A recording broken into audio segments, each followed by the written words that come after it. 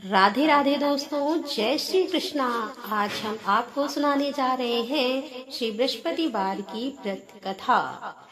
भारतवर्ष में एक प्रतापी और दानी राजा राज्य करता था। वह नित्य गरीबों और ब्राह्मणों की सहायता करता था। यह बात इसकी रानी को अच्छी नहीं लगती थी। वह ना ही गरीबों को दान देती और ना ही भगवान का पूजन करती थी, और राजा को भी दान देने से मना किया करती थी।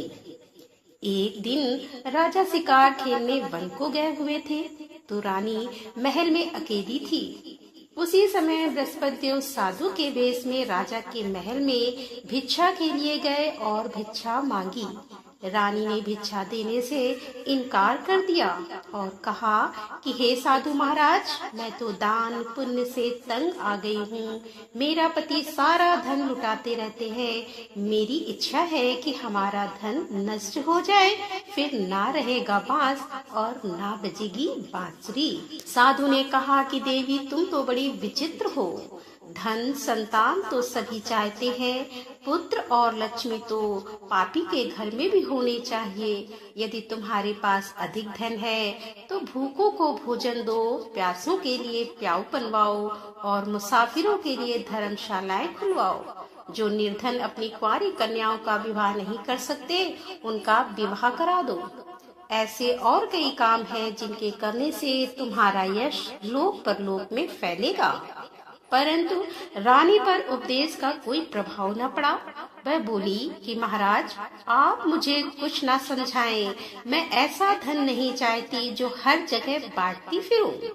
साधु ने उत्तर दिया, यदि तुम्हारी ऐसी इच्छा है तो तथास्तु। तुम ऐसा करना कि बृहस्पतिवार को घर लीपकर पीली मिट्टी से अपना सर धोकर स्नान करना, भट्टी चढ़ाकर कपड़े धोना। ऐसा करने से आपका सारा धन नष्ट हो जाएगा। इतना कहकर वह साधु महाराज वहां से आलोक हो गए, यानी कि अंतर ध्यान हो गए। साधु के अनुसार कई बातों को पूरा करते हुए रानी को केवल 3 बृहस्पतिवार ही बीते थे कि उसकी समस्त धन संपत्ति नष्ट हो गई। भोजन के लिए राजा का परिवार तरसने लगा। एक दिन राजा ने रानी से बोला कि हे रानी, तुम यहीं रहो, मैं दूसरे देश को जाता हूँ, क्योंकि यहाँ पर सभी लोग मुझे जानते हैं, इसलिए मैं कोई छोटा कार्य नहीं कर सकता। ऐसा कहकर राजा परदेश चला गया। वहाँ पर वह जंगल से लकड़ी काट कर लाता और शहर में बेचता। इस तरह वह अपना जीवन व्यतीत करने लगा। इधर राजा के परदेश जाते ही रानी और दासी दुखी रहने लगे।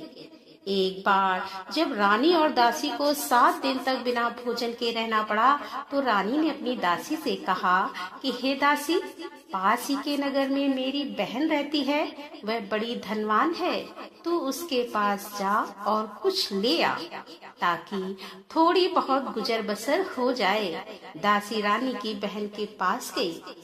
उस दिन गुरुवार का दिन था और रानी की बहन उस समय बृहस्पतिवार व्रत की कथा सुन रही थी। दासी ने रानी की बहन को अपनी रानी का संदेश दिया, लेकिन रानी की बड़ी बहन ने कोई उत्तर नहीं दिया। जब दासी को रानी की बहन से कोई उत्तर नहीं मिला तो वह बहुत दुखी हुई और उसे क्रोध भी आया। दासी ने वापस आकर रानी को सारी बात बता दी। ये बात सुनकर रानी ने अपने भाग्य को कोसा। उधर रानी की बहन ने सोचा कि मेरी बहन की दासी आई थी, परंतु मैं उससे नहीं बोली, इससे वह बहुत ही दुखी हुई होगी। कथा सुनकर और पूजन समाप्त करके वह अपनी बहन के घर आई और कहने लगी कि हे बहन, मैं बृहस्पतिवार का व्रत कर रही थी। तुम्हारी दासी मेरे घर आई थी, परंतु जब तक कथा होती है तब तक ना उठते हैं और ना ही बोलते हैं, इसीलिए मैं नहीं बोली। कहो दासी क्यों गई थी? रानी बोली, बहन तुमसे क्या छिपाऊं, हमारे घर में खाने तक को अनाज नहीं था। ऐसा कहते कहते रानी की आंखें भर आईं। उसने दासी समेत पिछले 7 दिनों से भूखे रहने तक की बात अपनी बहन को विस्तार पूर्वक सुना दी। रानी की बहन बोली, देखो बहन, भगवान बृहस्पति देव सबकी मनोकामनाओं को पूर्ण करते हैं। देखो, शायद तुम्हारे घर में अनाज रखा हो। पहले तो रानी को विश्वास नहीं हुआ, पर बहन के आग्रह करने पर उसने अपनी दासी को अंदर भेजा तो उसे सचमुच अनाज से भरा एक घड़ा मिल गया। यह देखकर दासी को बड़ी हैरानी हुई। दासी रानी से कहने लगी कि हे रानी, जब हमको भोजन नहीं मिलता था, हम व्रत ही तो करते थे, इसीलिए क्यों ना इससे व्रत और कथा की विधि पूछ ली जाए, ताकि हम भी व्रत कर सके। तब रानी ने अपनी बहन से बृहस्पतिवार व्रत के बारे में पूछा। उसकी बहन ने बताया कि बृहस्पतिवार के व्रत में चने की दाल और मुनक्का से विष्णु भगवान का केले की जड़ में पूजन करें तथा दीपक जलाएं, व्रत कथा सुने और पीला भोजन ही करें, इससे बृहस्पति देव प्रसन्न होते हैं। व्रत और पूजन विधि बताकर रानी की बहन अपने घर को लौट गई। 7 दिन के बाद जब गुरुवार आया तो रानी और दासी ने व्रत रखा। घुड़साल में जाकर चना और गुड़ लेकर आई। फिर उसने केले की जड़ तथा विष्णु भगवान का पूजन किया। अब पीला भोजन कहाँ से आए, इस बात को लेकर दोनों बहुत दुखी थी। चूँकि उन्होंने व्रत रखा था, इसीलिए बृहस्पति देव उनसे प्रसन्न थे। इसीलिए वे एक साधारण व्यक्ति का रूप धारण कर 2 थालों में सुंदर पीला भोजन दासी को दे गए।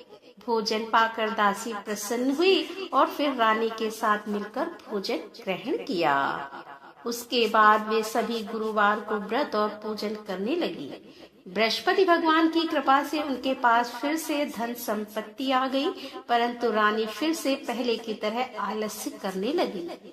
तब दासी बोली, देखो रानी, तुम पहले भी इसी प्रकार आलस्य करती थी, तुम्हें धन रखने में कष्ट होता था, इस कारण सभी धन नष्ट हो गया, और जब भगवान बृहस्पति की कृपा से धन मिला है तो तुम्हें फिर से आलस्य होता है। रानी को समझाते हुए दासी कहती है कि बड़ी मुसीबतों के बाद हमने यह धन पाया है, इसीलिए हमें दान पुण्य करना चाहिए, भूखे मनुष्यों को भोजन कराना चाहिए और धन को शुभ कार्यों में खर्च करना चाहिए, जिससे तुम्हारे कुल का यश बढ़ेगा, स्वर्ग की प्राप्ति होगी और पितृ प्रसन्न होंगे। दासी की बात मानकर रानी अपना धन शुभ कार्यों में खर्च करने लगी, जिससे पूरे नगर में उसका यश फैलने लगा। बृहस्पतिवार व्रत कथा के बाद श्रद्धा के साथ आरती की जानी चाहिए और इसके बाद प्रसाद बांटकर उसे ग्रहण करना चाहिए। एक दिन राजा दुखी होकर जंगल में एक पेड़ के नीचे आसन जमाकर बैठ गया। वह अपनी दशा को याद करके व्याकुल होने लगा। बृहस्पतिवार का दिन था। एकाएक उसने देखा कि निर्जन वन में एक साधु प्रकट हुए। वह साधु वेश में स्वयं बृहस्पति देव देवता थे। लकड़हारे के सामने आकर बोले कि हे लकड़हारे, इस सुनसान जंगल में तू चिंता मग्न क्यों बैठा है? लकड़हारे ने दोनों हाथ जोड़कर प्रणाम किया और उत्तर दिया कि महात्मा जी, आप तो सब कुछ जानते हैं, मैं क्या कहूँ। यह कहकर रोने लगा और साधु को अपनी आत्म कथा सुनाई। महात्मा जी ने कहा कि तुम्हारी स्त्री ने बृहस्पति के दिन बृहस्पति भगवान का निरादर किया है, जिसके कारण रुष्ट होकर उन्होंने तुम्हारी यह दशा कर दी है। अब तुम चिंता को दूर करके मेरे कहने पर चलो तो तुम्हारे सब कष्ट दूर हो जाएंगे और भगवान पहले से भी अधिक संपत्ति देंगे। तुम बृहस्पति देव के दिन कथा किया करो। 2 पैसे के चने मुनक्का लाकर उसका प्रसाद बनाओ और शुद्ध जल से लोटे में शक्कर मिलाकर अमृत तैयार करो। कथा के पश्चात अपने सारे परिवार और सुनने वाले प्रेमियों में अमृत व प्रसाद बांटकर आप भी ग्रहण करो। ऐसा करने से भगवान तुम्हारी सभी मनोकामनाएं पूरी करेंगे। साधु के ऐसे वचन सुनकर लकड़हारा बोला कि हे प्रभु, मुझे लकड़ी बेचकर इतना पैसा नहीं मिलता जिससे भोजन के उपरांत कुछ बचा सकूं। मैंने रात्र में अपनी स्त्री को व्याकुल देखा है। मेरे पास कुछ भी नहीं जिससे मैं उसकी खबर मंगा सकूं। तब साधु ने कहा कि हे लकड़हारे, तुम किसी बात की चिंता मत करो। बृहस्पति के दिन तुम रोजाना की तरह लकड़ियां लेकर शहर को जाओ और तुमको रोज से दुगना धन प्राप्त होगा, जिससे तुम भली भांति भोजन कर लोगे तथा बृहस्पति देव की पूजा का सामान भी आ जाएगा। इतना कहकर साधु अंतर्ध्यान हो गए। धीरे धीरे समय व्यतीत होने पर फिर वही बृहस्पतिवार का दिन आया। लकड़हारा जंगल से लकड़ी काटकर किसी शहर में बेचने गया। उसे उस दिन और दिन से अधिक पैसा मिला। राजा ने चना गुड़ आदि लाकर गुरुवार का व्रत किया। उस दिन से उसके सभी कलेश दूर हुए। परंतु जब दोबारा गुरुवार का दिन आया तो बृहस्पतिवार का व्रत करना भूल गया। इस कारण बृहस्पति भगवान नाराज हो गए। उस दिन उस नगर के राजा ने विशाल यज्ञ का आयोजन किया था तथा शहर में यह घोषणा करा दी थी कि कोई भी मनुष्य अपने घर में भोजन ना बनावे, ना आग जलाए। समस्त जनता मेरे यहाँ भोजन करने आए। इस आज्ञा को जो ना मानेगा उसे फांसी की सजा दी जाएगी। इस तरह की घोषणा संपूर्ण नगर में करवा दी गई। राजा की आज्ञा के अनुसार शहर के सभी लोग भोजन करने गए, लेकिन लकड़हारा कुछ देर से पहुंचा। इसीलिए राजा उसको अपने साथ घर ले गए और ले जाकर भोजन करा रहे थे तो रानी की दृष्टि उस खूंटी पर पड़ी जिस पर उसका हार लटका हुआ था। वह वहां पर दिखाई नहीं दिया। रानी ने निश्चय किया कि मेरा हार इस मनुष्य ने चुरा लिया है। उसी समय सिपाहियों को बुलाकर उसको कारागार में डलवा दिया। जब लकड़हारा कारागार में पड़ गया और बहुत दुखी होकर विचार करने लगा कि ना जाने कौन से पूर्व जन्म के कर्म से मुझे यह दुख प्राप्त हुआ है, और उसी साधु को याद करने लगा जो उसे जंगल में मिला था। उसी समय तत्काल बृहस्पति देव साधु के रूप में प्रकट हुए और उसकी दशा को देखकर कहने लगे कि अरे मूर्ख, तूने बृहस्पति देव की कथा नहीं करी, इस कारण तुझे दुख प्राप्त हुआ है। अब चिंता मत कर, बृहस्पतिवार के दिन कारागार के दरवाजे पर 4 पैसे पड़े मिलेंगे। उनसे तू बृहस्पति देव की पूजा करना, तेरे सभी कष्ट दूर हो जाएंगे। बृहस्पति के दिन उसे 4 पैसे मिले। लकड़हारे ने कथा कही। उस रात्र बृहस्पति देव ने उस नगर के राजा को स्वप्न में कहा कि हे राजा, तुमने जिस आदमी को कारागार में बंद कर दिया है वह निर्दोष है, वह राजा है, उसे छोड़ देना। रानी का हार उसी खूंटी पर लटका है। अगर तू ऐसा नहीं करेगा तो मैं तेरे राज्य को नष्ट कर दूंगा। इस तरह रात्रि के स्वप्न को देखकर राजा प्रातः काल उठा और खूंटी पर हार देखकर लकड़हारे को बुलाकर क्षमा मांगी तथा लकड़हारे को योग्य सुंदर वस्त्र आभूषण देकर विदा कर दिया। बृहस्पति देव की आज्ञा के अनुसार लकड़हारे अपने नगर को चल दिया। राजा जब अपने नगर के निकट पहुंचा तो उसे बड़ा ही आश्चर्य हुआ। नगर में पहले से अधिक बाग, तालाब, कुएं तथा बहुत सी धर्मशालाएं, मंदिर आदि बन गए थे। राजा ने पूछा कि ये किसके बाग और धर्मशालाएं हैं। तब नगर के सब लोग कहने लगे यह सब रानी और बांदी के हैं। तो राजा को आश्चर्य हुआ और गुस्सा भी आया। जब रानी ने यह खबर सुनी कि राजा आ रहे हैं तो उन्होंने दासी से कहा कि हे दासी, देख राजा हमको कितनी बुरी हालत में छोड़ गए थे। हमारी ऐसी हालत देखकर वह लौट ना जाएं। इसीलिए तू दरवाजे पर खड़ी हो जा। और आज्ञा के अनुसार दासी दरवाजे पर खड़ी हो गई। राजा आए तो उन्हें अपने साथ लिवा लाई। तब राजा ने क्रोध करके अपनी रानी से पूछा कि यह धन तुम्हें कैसे प्राप्त हुआ है। तब उन्होंने कहा कि हमें यह सब धन बृहस्पति देव के इस व्रत के प्रभाव से प्राप्त हुआ है। राजा ने निश्चय किया कि 7 रोज बाद तो सभी बृहस्पति देव का पूजन करते हैं, परंतु मैं प्रतिदिन दिन में 3 बार कहानी तथा रोज व्रत किया करूंगा। अब हर समय राजा के दुपट्टे में चने की दाल बंधी रहती तथा दिन में 3 बार कहानी कहता। एक रोज राजा ने विचार किया कि चलो अपनी बहन के यहाँ हो आए। इस तरह निश्चय कर राजा घोड़े पर सवार हो अपनी बहन के यहाँ चल दिया। मार्ग में उसने देखा कि कुछ आदमी एक मुर्दे को लिए जा रहे हैं। उन्हें रोककर राजा कहने लगा कि अरे भाइयों, मेरी बृहस्पति देव की कथा सुन लो। वे बोले, लो हमारा तो आदमी मर गया है और इसको अपनी कथा की पड़ी है। परंतु कुछ आदमी बोले, अच्छा कहो, हम तुम्हारी कथा भी सुनेंगे। राजा ने दाल निकाली और जब कथा आदि हुई तो मुर्दा हिलने लग गया और जब कथा समाप्त हो गई तो राम राम करके मनुष्य उठकर खड़ा हो गया। आगे मार्ग में उसे एक किसान खेत में हल चलाता मिला। राजा ने उसे देख और उससे बोले कि अरे भैया, तुम मेरी बृहस्पतिवार की कथा सुन लो। किसान बोला, जब तक मैं तेरी कथा सुनूंगा तब तक 4 हरया जोत लूंगा। जा अपनी कथा किसी और को सुनाना।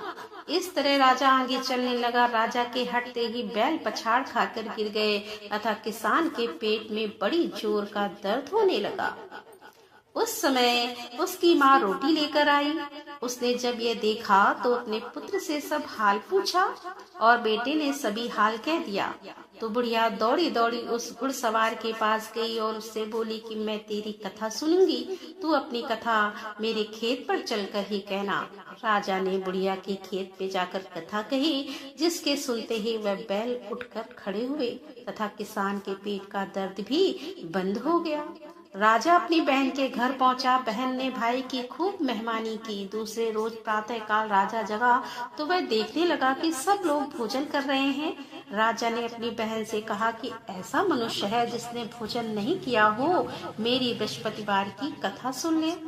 बहन बोली कि भैया, ये देश ऐसा ही है कि पहले यहाँ लोग भोजन करते हैं और बाद में अन्य काम करते हैं। अगर कोई पड़ोस में हो तो देखाऊं। वह ऐसा कहकर देखने चली गई, परंतु उसे कोई ऐसा व्यक्ति नहीं मिला जिसने भोजन ना किया हो। अतः वह एक कुम्हार के घर गई जिसका लड़का बीमार था। उसे मालूम हुआ कि उनके यहाँ 3 रोज से किसी ने भोजन नहीं किया है। रानी ने अपनी भाई की कथा सुनने के लिए कुम्हार से कहा। वह तैयार हो गया। राजा ने जाकर बृहस्पतिवार की कथा कही, जिसको सुनकर उसका लड़का ठीक हो गया। अब तो राजा की प्रशंसा होने लगी। एक रोज राजा ने अपनी बहन से कहा कि हे बहन, हम अपने घर को जाएंगे और तुम भी तैयार हो जाओ। राजा की बहन ने अपनी सास से कहा। सास ने कहा, हाँ चली जा, परंतु अपने लड़कों को मत ले जाना, क्योंकि तेरे भाई के तो कोई औलाद नहीं है। बहन ने अपने भैया से कहा कि हे भैया, मैं तो चलूंगी पर कोई बालक नहीं जाएगा। राजा बोला, जब कोई बालक नहीं चलेगा तब तुम ही क्या करोगी। बड़े दुखी मन से राजा अपने नगर को लौट आया। राजा ने अपनी रानी से कहा कि हम निर्वंशी हैं, हमारा मुंह देखने का धर्म नहीं है और कुछ भोजन आदि नहीं किया। रानी बोली कि हे प्रभु, बृहस्पति देव ने हमें सब कुछ दिया है, वह हमें औलाद अवश्य देंगे। उसी रात को बृहस्पति देव ने राजा से स्वप्न में कहा कि हे राजा, उठ, सभी सोच त्याग दे, तेरी रानी गर्भ से है। राजा की यह बात सुनकर बड़ी खुशी हुई। 90 महीने में उसके गर्भ से एक सुंदर पुत्र पैदा हुआ।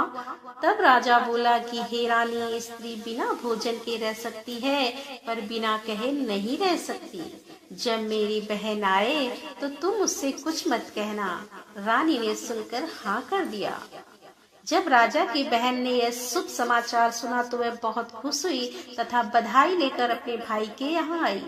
तभी रानी ने कहा कि घोड़ा चढ़कर तो नहीं आई, गधा चढ़ी आई।